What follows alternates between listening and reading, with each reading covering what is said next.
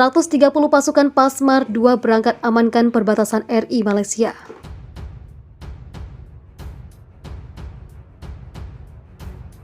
Sebanyak 130 prajurit Pasmar II yang bertugas menjaga perbatasan RI dengan Malaysia diberangkatkan dari Dermaga Madura Kormada II Ujung, Surabaya, Jawa Timur, Kamis sore.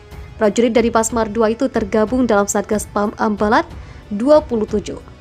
Pemberangkatan pasukan dipimpin Komandan Pasmar II Brigjen TNI Ipung Purwadi, mewakili Komandan Korps Marinir Majen TNI Suhartono. Dalam melaksanakan pergeseran ke daerah penugasan, Satgas akan menuju daerah perbatasan menggunakan KRI Teluk Yauteva 522 di Dermaga E Kormada II. Para prajurit itu bergabung dalam Satgas Marinir Ambalat 27 2021 yang dipimpin Komandan Kompi dan Ki Gurango Yadif 5 Marinir Kapten Marinir Kilvo Dwi Setiawan. Dalam sambutan yang dibacakan, Komandan Pasmar II dan Komar menyampaikan ucapan selamat kepada seluruh prajurit Pasmar II Korps Marinir yang terpilih untuk melaksanakan penugasan. Satgasmar PAM Ambalat 27 adalah tugas yang dipercayakan kepada seluruh personil merupakan suatu kehormatan dan kebanggaan bagi prajurit Korps Marinir, ujar Ipung Purwadi. Penugasan itu sekaligus menjalankan amanat Undang-Undang Nomor 34 Tahun 2004 tentang TNI, terutama pada operasi militer perang. Korps Marinir menggelar Satgasmar Ambalat 27 yang memiliki tugas pokok melaksanakan pengawasan dan pengamanan pantai, pengamanan wilayah Pelabuhan Tarakan, Nunukan, dan Sebatik. Selain itu, mereka juga akan melaksanakan pertahanan pangkalan dan pertahanan pantai, melengkapi ADO, analisa daerah operasi, dilaksanakan pula patroli laut di sekitar pantai dalam rangka mendukung tugas pokok Kogasgab Ambalat. Satgas ini akan melaksanakan tugas operasi selama 9 bulan di daerah Kalimantan Utara yang berbatasan dengan Malaysia. Saya yakin dan percaya bahwa kalian akan dapat menyelesaikan tugas ini dengan baik karena kalian adalah prajurit lapangan yang profesional, berkarakter, dan militan. Hal ini diperkuat lagi dengan karakter humanis dan religius yang membuat prajurit petarung Korps Marinir selalu diterima rakyat dimanapun berada, ucap Ipung Purwadi.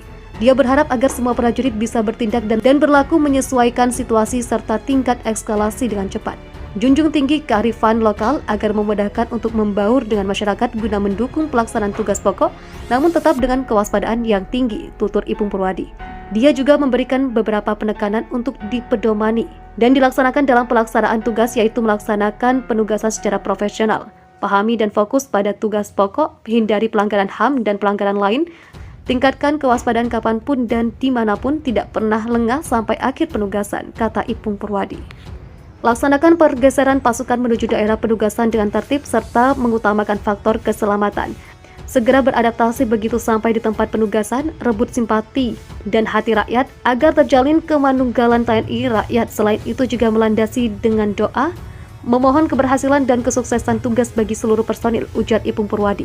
Prajurit Korps Marinir TNI AL berangkat melaksanakan penugasan ke Ambalat sebagai upaya menjaga kedaulatan NKRI dari Dermaga Madura Kormada II Ujung, Surabaya pada Kamis. Keberangkatan prajurit Korps Marinir TNI AL ke daerah penugasan tersebut dilepas Komandan Pasmar II Brigjen TNI Ipung Purwadi mewakili Komandan Korps Marinir Majen TNI Suhartono.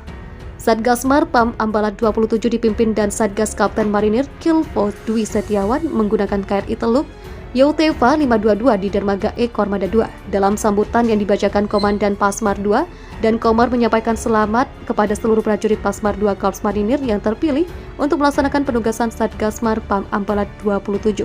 Karena tugas yang dipercayakan kepada seluruh personil Satgasmar Ambalat 27 merupakan suatu kehormatan dan kebanggaan bagi prajurit Korps Marinir, ujarnya. Dia juga menjelaskan dalam rangka menjalankan amanat Undang-Undang Republik Indonesia Nomor 34 Tahun 2004 tentang TNI, terutama pada operasi militer perang, Korps Marinir menggelar Satgasmar Ambalat 27 yang memiliki tugas pokok melaksanakan pengawasan dan pengamanan pantai, pengamanan wilayah Pelabuhan Tarakan, Nunukan, dan Sebatik. Kemudian melaksanakan pertahanan pangkalan dan pertahanan pantai melengkapi analisis daerah operasi, melaksanakan patroli laut di sekitar pantai dalam rangka mendukung tugas pokok Kogasgab Ambalat. Satgas ini, kata dia, akan melaksanakan tugas operasi selama 9 bulan di daerah Kalimantan Utara yang berbatasan dengan Malaysia. Saya yakin dan percaya bahwa kalian akan dapat menyelesaikan tugas ini dengan baik karena kalian adalah prajurit lapangan yang profesional, berkarakter, dan militan, ucap dia.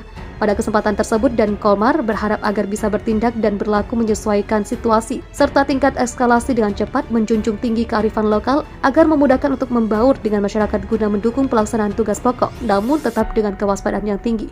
Dan Komar juga memberikan beberapa penekanan untuk dipedomani dan dilaksanakan dalam pelaksanaan tugas, yaitu melaksanakan penugasan secara profesional dengan memahami dan fokus pada tugas pokok, menghindari pelanggaran HAM dan pelanggaran lainnya. Tak cuma itu, prajurit juga diharuskan meningkatkan kewaspadaan, tidak pernah lengah sampai akhir penugasan, menghindari kegiatan bersifat rutinitas, dan menilai situasi dengan tingkat eskalasinya, lalu membangun koordinasi dan kolaborasi dengan satuan samping serta aparat terkait untuk menciptakan harmoni dan sinergitas guna keberhasilan pelaksanaan tugas serta melaksanakan pergeseran pasukan menuju daerah penugasan dengan tertib serta mengutamakan faktor keselamatan. Segera melakukan adaptasi begitu sampai di tempat penugasan, rebut simpati dan hati rakyat agar terjalin kemanunggalan TNI rakyat, juga landasi dengan doa, memohon keberhasilan dan kesuksesan tugas bagi seluruh personil. Katanya, hadir dalam kegiatan tersebut Alsops dan Komar Kolonel Marinir Ahmad Fajar, para pejabat Kormada 2, Wadan Satelin Lamil 2, dan para pejabat teras di jajaran Pasmar 2. Insiden KRI Tedong Naga, serempet kapal Malaysia, sulut konflik di Natuna. Kawasan Natuna kini memantik konflik antara Indonesia dengan Malaysia. Natuna merupakan blok laut luas 15.235 km persegi yang terletak di dekat perpanjangan perbatasan darat antara Sabah dan Kalimantan Timur. Sejarah mencatat pada Jumat 8 April 2005 atau tepat 16 tahun silam. Kemelut bermula saat kapal Republik Indonesia atau KRI Tedong Naga menyerempet kapal rencong milik Malaysia di perairan Natuna, Kepulauan Riau. Tak tanggung-tanggung, KRI Tedong Naga menyerempet kapal rencong sebanyak 3 kali. Bukan tanpa alasan, KRI Tedong Naga menyenggol kapal Malaysia. Kapal negeri jiran itu berkali-kali melakukan manuver yang membahayakan pembangunan tambang minyak di Natuna.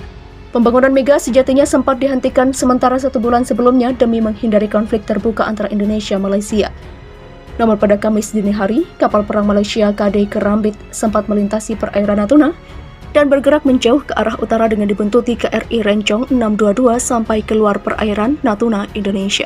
Keesokan harinya, Presiden Jokowi menjalin kontak langsung dengan Perdana Menteri Malaysia. Kedua kepala pemerintahan itu membahas krisis perairan Natuna yang berada di wilayah perbatasan. Hal ini disampaikan sebuah sumber di Istana Kepresidenan. Sementara itu, Wakil Perdana Menteri Malaysia menegaskan pemerintah Malaysia tidak akan menarik pasukannya dari perairan Natuna. Namun untuk menyelesaikan krisis di wilayah yang berbatasan dengan Indonesia ini, Malaysia menyebut tak akan menggelar kekuatan angkatan bersenjata. Sementara itu, Komisi 1 DPR RI menggelar rapat internal membahas sengketa blok Kepulauan Natuna. Komisi 1 mendukung penuh upaya pengiriman kekuatan militer sebagai bentuk keberadaan pemerintah di wilayah itu. Meski begitu, komisi yang membawahi masalah pertahanan dan luar negeri ini meminta agar pemerintah tak mengabaikan upaya diplomasi. Suasana di perbatasan saat itu cukup panas. Kapal perang Indonesia dan Malaysia telah bersiaga di masing-masing wilayah. Indonesia saat itu terus meningkatkan pertahanan di wilayah tersebut. 3 kapal perang telah berjaga di wilayah gugus yakni KRI Malahayati, KRI Bung Tomo, dan KRI Singa. Sedangkan KRI Rencong, KRI KS Tubun, KRI Wiratno, dan KRI Tedong Naga telah bersiaga di pelabuhan. Selain di laut, TNI juga mengerahkan kekuatan udara. 4 pesawat tempur F-16 kini berada di Balikpapan, Kalimantan Timur. Malaysia mengklaim Natuna masuk wilayahnya termasuk Pulau Natuna berdasarkan peta yang dibuat sendiri pada 1979. Sebaliknya, pemerintah Indonesia mengklaim wilayah tersebut masuk kedaulatan Indonesia sejak masa penjajahan Belanda. Berdasarkan hukum laut internasional, zona teritorial sebuah negara yang diakui adalah 12 mil dari lepas pantai. Jika Malaysia mengklaim perairan Natuna sebagai miliknya, maka zona teritorial Malaysia adalah 70 mil dari garis pantai, Pulau Sipadan dan Ligita. Indonesia memprotes klaim sepihak itu dengan memperketat keamanan di perairan Natuna. Pemerintah Indonesia menempatkan sejumlah kapal perang. Mercusuar di Natuna sendiri sengaja dibangun untuk memperkuat kedaulatan Indonesia di sekitar perbatasan itu.